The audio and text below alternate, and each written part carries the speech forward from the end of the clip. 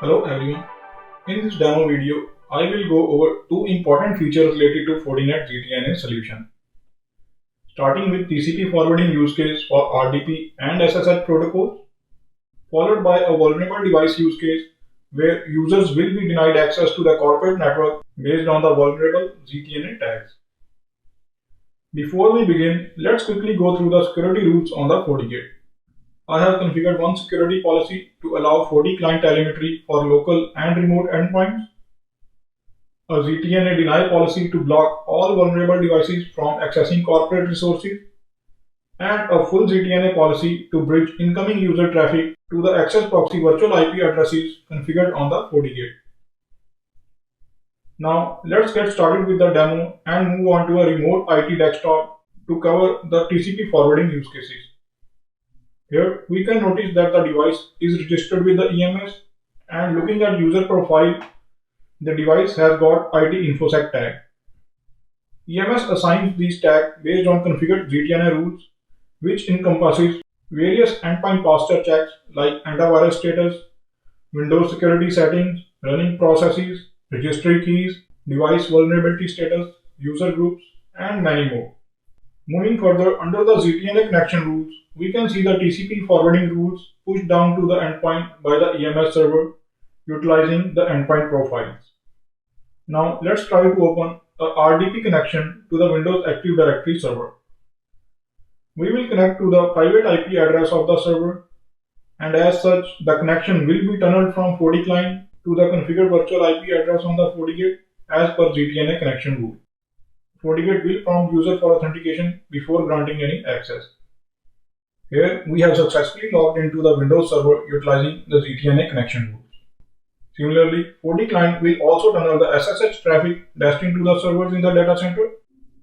The tunnel will be formed between Forti client and the access proxy virtual IP address on the FortiGate.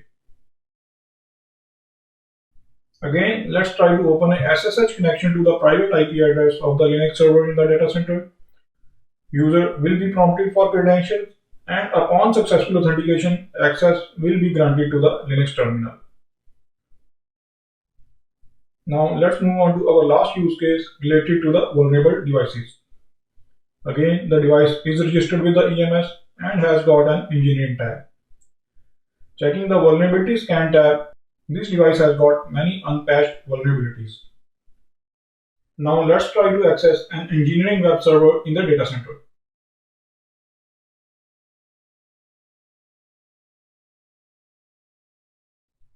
As per ZTNA flow, FortiGate will first authenticate the device based on the unique certificate issued to endpoint by EMS and later prompt user for credentials. Since we have not configured the vulnerable tag at this point of time, user will be allowed to access the protected resource. Now let's navigate to EMS console and configure a tag to block vulnerable devices. Here, first we name the root and the tag, and later select Add Rule. These rules can be configured for Windows, Linux, and Mac endpoints. Select the rule type from the drop-down, choose severity level, and save the rule. Within few seconds, EMS will push the tag down to the endpoints with unpatched vulnerabilities. Now let's move back to the endpoint and check the user profile. The endpoint has been assigned the vulnerable tag by EMS, and if we try to access the same resource as before, access will be denied by the FortiGate until all critical and high vulnerabilities are not patched.